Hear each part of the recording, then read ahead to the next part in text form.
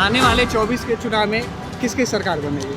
आएंगे तो मोदी ही, फिर से मोदी सरकार, अब की बार 400 पार। ये तो हम खुद बोलते हैं। रोड इंफ्रास्ट्रक्चर जो 70 साल में नहीं बना, इससे ज़्यादा रोड अब बना दिए नितिन गडकरी जी ने।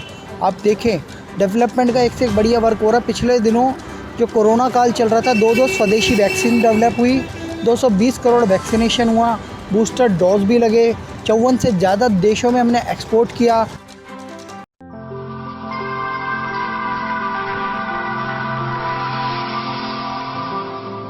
अभी हमारी मौजूदगी दिल्ली के कनॉट प्लेस पे है और हम बातचीत करेंगे आने वाले 24 के चुनाव को लेकर। क्या भाजपा की सरकार बनेगी या फिर जो राहुल गांधी का भारत जोड़ो यात्रा था उसका असर 24 में दिखेगा? क्योंकि हाल ही में कर्नाटका चुनाव के परिणाम के बाद लोगों के मन में बीजेपी के प्रति कई तरह की आशाएं दिख रही हैं। क्या सरकार बना पाएगी बीजेपी या नहीं बना पाएगी? इसके साथ ही हम लोगों से बातचीत करेंगे, क्या 24 में कोई दूसरी पार्टी आएगी या फिर क्या माहौल रहेगा, इसको लेकर हम लोगों से बातचीत करते हैं। जी भैया, क्या नाम है आपका? रामेश्वर आर्या। जी, आने वाले 24 के चुनाव में किसकी सरकार बनेगी? आएंगे तो मोदी ही, फिर से मोदी सरकार, अब की बार 400 पार। ये तो हम खुद बोलते हैं, क्योंकि मैं देख चुका हूँ जो कर्नाटक का चुनाव स्टेट लेवल पे था, इसमें फ्रीबीज एक्टिव थे ज़्यादा और उनके घरों पे विश्वास दिलाया गया कि ये मिल रहा है वो मिल रहा है। तो फ्री के लालच में जैसे दिल्ली की जनता ने वोट दिया केजरीवाल को, पंजाब की जनता ने दिया भगवंत मान को, आम आदमी पार्टी को, वैसे ही कर्नाटक की जनता ने दिया कांग्रेस पार्टी को। क्योंकि भारत जोड़ो यात्रा का परिणाम नहीं है। अगर होता तो गुजरात में भी अच्छी संख्या में जीतते, पहले से ज़्यादा सीटें तो जीतते ना, पर वहाँ 156 सीटें बीजेपी को ऐतिहासिक।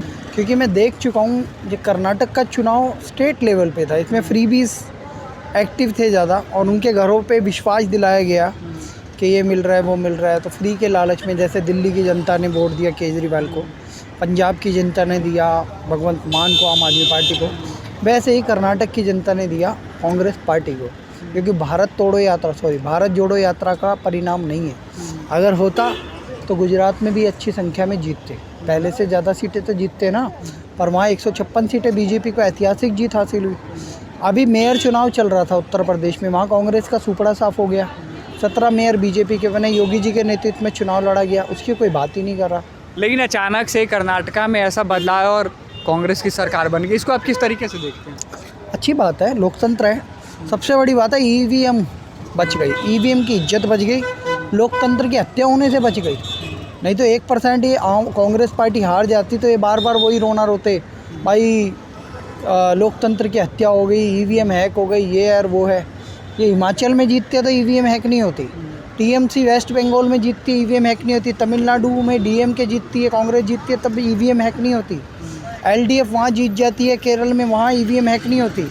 लेकिन बीजेपी किसी भी राज्य में जीत जाए तो ईवीएम हैक हो जाती है। तो सबसे बड़ी बात है कि ये कुछ ठगबंधन के लोग हैं जो झूठे आरोप लगाने में माहिर हैं, और कुछ दल बदलू लोग भी हैं, नीतीश कुमार वगैरह, जो बार बार दल बदल लेते हैं।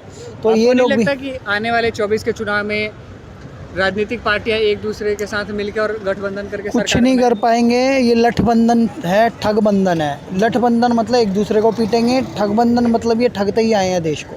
तो इनका कोई भविष्य नहीं है। आपके चैनल फेडरल भारत के माध्यम से यही कहूँगा सर कि इन लोगों का कोई भविष्य नहीं है। 2019 में भी ये ठगबंधन बना था और ये हार गए। अब भी ये कितने भी ठगबंधन बना ले, ये जीतने वाले नहीं है, क्योंकि ना इनके पास नेता है, ना नीयत है, ना नेतृत्व है। नेतृत्व मतलब समझ रहे हो, शरद पवार बन नहीं पाएगा, ममता बनर्जी से कोई एग्री नहीं होगा, दक्षिण भारत से कोई नेता आता नहीं है, राहुल गांधी 8 साल तक सांसद नहीं बन सकते, केजरीवाल दिल्ली में भी एक सीट नहीं जीत पाते और उनके पास आज एक लोकसभा चुनाव का एक भी लोकसभा सदस्य नहीं है। उसके बाद आ जाओ बिहार, नीतीश कुमार की औकात नहीं है। जेडीयू भी पूरी पार्टी कोलैप्स करने वाली है अभी थोड़े समय में। वो आज तो अपने दम पे सरकार नहीं बना पाए बिहार में, तो वो तो क्या प्रधानमंत्री बनेंगे। तो कुल मिला के मोदी मैजिक चलेगा, मोदी ही जीतेंगे, मोदी ही प्रधानमंत्री बनेंगे और 2024 में फिर से भाजपा का कमल खिलेगा। मुझे ऐसा लगता है 400 से ज़्यादा सीटें आनी चाहिए और वो as it is Yogi ji को फॉरवर्ड हो जाएंगी। जो आंकड़े हैं, जो 2013 के बाद से जो आंकड़े आ रहे हैं बीजेपी के, 21 राज्यों से धीरे धीरे घट के 15 राज्यों में सरकार सिमट रही है, ये कहीं ना कहीं बदलाव की ओर नहीं जा रहा? नहीं, कोई बदलाव नहीं है। स्टेट का चुनाव होता है नेतृत्व में, देश की रक्षा कौन करेगा, देश की नीतियाँ कौन बनाएगा, तो वो तो मोदी जी नंबर 1 चल रहे हैं ना उस मामले में। और सबसे बड़ी बात है हिंदू और ख़ासकर कोई भी वोटर है उसके लिए मेरा एक ही संदेश है, अगर आप 2024 में मोदी जी का चेहरा देख के वोट दे रहे हो तो साथ में योगी जी को भी खड़ा पाओ, क्योंकि मोदी जी 75 वर्ष के होंगे तो उन्हें राजनीतिक संन्यास लेना पड़ेगा। भाजपा की एक पॉलिसी है 75 वर्ष के बाद संन्यास लेना पड़ता है राजनीति से, उन्हें या तो अपना मार्गदर्शक भूमिका में ले आते हैं, नहीं तो आराम से घर पे बैठो मस्ती से रहो। आने वाले तो योगी जी को ही प्रधानमंत्री आप बना रहे हो 2024 में, मोदी जी और योगी जी दोनों को वोट दे रहे हो आप, ऐसा सोच के वोट देना। आने भाजपा के कौन से ऐसे काम हैं जिनको देखते हुए भाजपा के समर्थन करते हैं, या फिर 24 में भाजपा की वापसी की बात करते हैं? यार 550 वर्ष हो गए थे, राम मंदिर नहीं बना था, अब राम मंदिर तो बन रहा है डंके की चोट पे। आप ये भी तो सोचो, 370 अड़ गई, एक कलंक था इस देश पे। 75 वर्ष हो गए, आज़ादी का अमृत महोत्सव मना रहे हैं। आतंक का गढ़ था कश्मीर, जुमे की नमाज के मस्जिदों के बाद ISIS और पाकिस्तान के झंडे फहराए जाते थे, कश्मीरी पंडितों को निकाल दिया गया था। ऐसी जगह पे से 370 हटाना ऐतिहासिक घटना। मुस्लिम महिलाओं को न्याय देना, ट्रिपल तलाक की जो प्रथा थी उसे हटा के ट्रिपल तलाक ख़त्म करके महिलाओं को न्याय दिया। रोड इंफ्रास्ट्रक्चर जो 70 साल में नहीं बना, इससे ज़्यादा रोड अब बना दिए नितिन गडकरी जी ने। आप देखें डेवलपमेंट का एक से एक बढ़िया वर्क हो रहा है। पिछले दिनों जो कोरोना काल चल रहा था, 2 स्वदेशी वैक्सीन डेवलप हुई, 220 करोड़ वैक्सीनेशन हुआ, बूस्टर डोज भी लगे, 54 से ज़्यादा देशों में हमने एक्सपोर्ट किया। पपुआ कंट्री में भी मोदी जी गए, वहाँ के मुखिया ने मोदी जी के चरण स्पर्श करे, वहाँ का सबसे बड़ा हाईएस्ट ऑनर अवार्ड उन्हें मिला।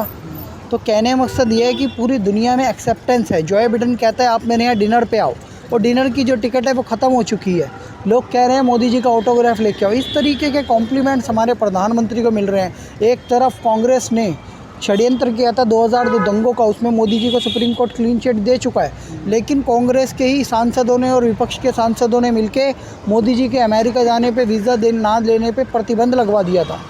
तो आज मोदी के सामने खड़े हुए हैं हाथ जोड़ के, जॉय बिडेन हो, डोनाल्ड ट्रंप हो, अमेरिका हो, या यूरोप की बहुत सी कंट्रियाँ हो, फ्रांस हो, आज ऑस्ट्रेलिया में भी है, सिडनी में मोदी जी, हिरोशिमा में G7 में वो गए, G20 की अध्यक्षता हम कर रहे हैं। बहुत सारे एडवांटेजेस हैं जो मोदी के नेतृत्व में हुआ है, और आज हम सोने का शेर बन रहे हैं। इकॉनमी हमारी 5वें नंबर पे है पूरे वर्ल्ड में। ये सारी चीज़ें ठीक है, लेकिन जहाँ देश में एक और महंगाई बढ़ रही है, इसके साथ ही युवाओं का जो रोज़गार है वो छिन रहा है, इसको लेके आप क्या कहेंगे? कहाँ छिन रहा है यार? देखो औरों के देश की और देशों की पॉपुलेशन देखो ना, 36 करोड़ के आसपास अमेरिका की पॉपुलेशन है। कोरोना काल में 7,000 पता नहीं कितने 7 लाख के आसपास लोग मर गए थे वहाँ पे। हमारे यहाँ पे तो बहुत कम संख्या थी। मैं नहीं चाहता कि भारत का कोई भी व्यक्ति मरे, लेकिन कोरोना मैनेजमेंट सर्वश्रेष्ठ भारत में हुई। जहाँ से कोरोना चला था चाइना, वहाँ के बुरे हाल है। आप सोच के देखो, और यूरोपियन कंट्रीज़ में मैं कहता हूँ एक देश का बहुत बुरा हाल है। और आप ये देखो यूक्रेन और रूस का जो युद्ध हुआ, उसमें भी मोदी जी को मध्यस्थता के लिए बुलाया गया, और दोनों ही देश मोदी को सराहते हैं। हम रूबल में डील कर रहे हैं रशिया से, वो भी तो सोचो। और जो लोग कह रहे हैं आप रोज़गार उत्पन्न, तो यूनिकॉर्न 110 से ज़्यादा बन चुके हैं। 7,000 करोड़ का एक यूनिकॉर्न कितने रोज़गार उत्पन्न करता है? एप्पल की 2 स्टोर यहाँ खुल गए हैं, मैन्युफैक्चरिंग एप्पल के भारत में हो रही है। उसके अलावा एलॉन मस्क है, उसकी कंपनी है स्टारएक्स, और वो क्या नाम है, वो बैटरी की जो गाड़ी बनाता है ये, उसका मैं नाम भूल रहा हूँ, वो यहाँ पे बनाने वाला है, भारत में मैन्युफैक्चरिंग यूनिट खोल रहा है वो पूरा। हाँ, टेस्ला। और पूरे वर्ल्ड की कंपनियां भारत में आके इन्वेस्ट कर रही है। नोएडा में योगी जी ने 33 लाख करोड़ का इन्वेस्टमेंट लेके आ चुके हैं, जिससे 93 लाख रोज़गार जनरेट होंगे। तो रोज़गार जनरेशन में प्राइवेट सेक्टर में बहुत बड़ा बूम आया हुआ है, बस लोग पहुंच नहीं पा रहे हैं वहाँ, क्योंकि बस उनकी आदत है सरकारी नौकरी दे दो।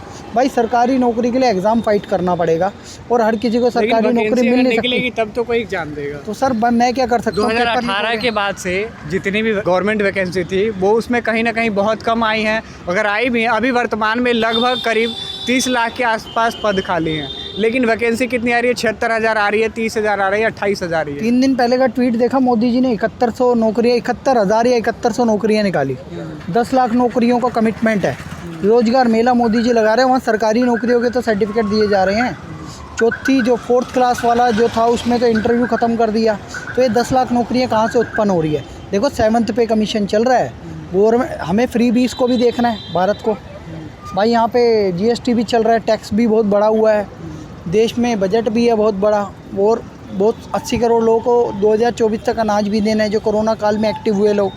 तो कहने मकसद है भाई टैक्स भी ज़्यादा लेना है, कोरोना काल की समस्या अभी तक चल रही है वो भी देखनी है। अग्निवीर योजना थी, उससे कहीं ना कहीं युवा प्रभावित हुए हैं, युवाओं पे एक अब इम्प्रेस हो गए हैं सर। अलग इमेज बनी है, क्या वो चुनाव में नहीं दिखाएगा? देखो बिहार में कुछ लोगों ने नकारात्मकता फैलाई थी, लेकिन अग्निवीर योजना से युवा खुश है, लड़के लड़कियां सब खुश है। इतनी कम उम्र में मिलिट्री की ट्रेनिंग, मिलिट्री के कपड़े, उसके अलावा इतना अच्छा अमाउंट मिलना, ये अपने आप में गौरवशाली बात है। और हरियाणा 4 साल बाद वही युवा कहाँ जाए? हरियाणा और उत्तर प्रदेश में तो सरकारों ने कमिटेड कह दिया इनको सरकारी नौकरी हम देंगे, तो और क्या चाहिए। एक स्किल्ड बंदा 5 साल में एक व्यक्ति स्किल्ड हो जाता है, उसे नौकरी मिल जाएगी ना। आप स्किल्ड हो रहे हो ये भी तो सोचो। 5 साल में भाई एक कोर्स होता है, उसके बाद जाके भी नौकरी नहीं मिलती। कितने MBA खाली पड़े, कितने इंजीनियर खाली पड़े, मैंने देखे। जब ये योजना इतना ही कारगर था तो देश में कई राज्यों में दंगे क्यों और इतनी ट्रेनें जली? बिहार के अनपढ़ 9वीं फेल तेजस्वी यादव ने 10 लाख नौकरियां दे दी क्या? दंगे करवाने वाले तो वही थे, बसें ट्रेनें जलवाने वाले वो थे, सरकारी संपत्ति का नुकसान पहुंचाने वाले वो थे। भाजपा और JDU का गठबंधन तोड़वाने वाले वो। और जब उनका गठबंधन हुआ तो उन्होंने कहा था पहली कलम से जब मैं मुख्यमंत्री बन जाऊंगा 10 लाख नौकरियां दूंगा। 10,000 नौकरियां भी दी है क्या बिहार में? इस सवाल का जवाब दो ना सर। किसी को कमिटेड आप देते कहते हो और उसके बाद आप अपनी जुबान पे खड़े नहीं उतरते। आप भी तो सोचो, आपकी भी तो अकाउंटेबिलिटी है।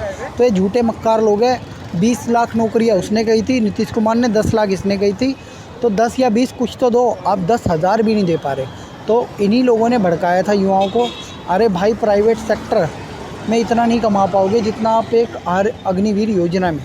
और देशभक्ति में पहली बात तो जब आप श्रम करते हो, विपिन जो हमारे जनरल BK सिंह थे, जनरल बिपिन रावत, उन्होंने कहा CDS जनरल बिपिन रावत स्वर्गीय, उन्होंने कहा था कि सेना की वर्दी है ना पैसा कमाने के लिए नहीं है, ये तो देशभक्ति का जिसमें जुनून है, जज्बा है, वही पड़े। पैसे कमाने के लिए तुम सेना में जा रहे हो तो बेशर्मी की बात है। प्रश्न ही बेशर्मी वाला है। अच्छा, आने वाले 24 के चुनाव में बीजेपी को बेहतर टक्कर कौन देगा और PM मोदी को कोई टक्कर नहीं दे सकता, कोई नहीं है टक्कर में। क्यों पड़े हो चक्कर में? 2029 में भी योगी जी आ जाएंगे, 2024 में मोदी जी आ जाएंगे और भाजपा को 20 साल तक कोई नहीं हरा सकता। 20 साल बाद बात करेंगे।